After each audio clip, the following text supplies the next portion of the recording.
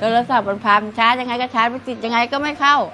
ไปยิ้มไปสายชาร์จเปลี่ยนสายชาร์จแล้วสายชาร์จอีกก็ไม่เข้าก็เลยเดินไปยิ้มสายชาร์จคนข้างแคมป์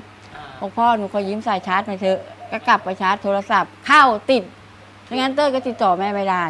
แม่ทำงานเสร็จแล้วแม่ก็นอนเล่นพอนอนเล่นดูรายการของเต้ยนี่แน่ดูรายการของเต้ยจะจบไปแม่ก็นอนพอนอนปุ๊บ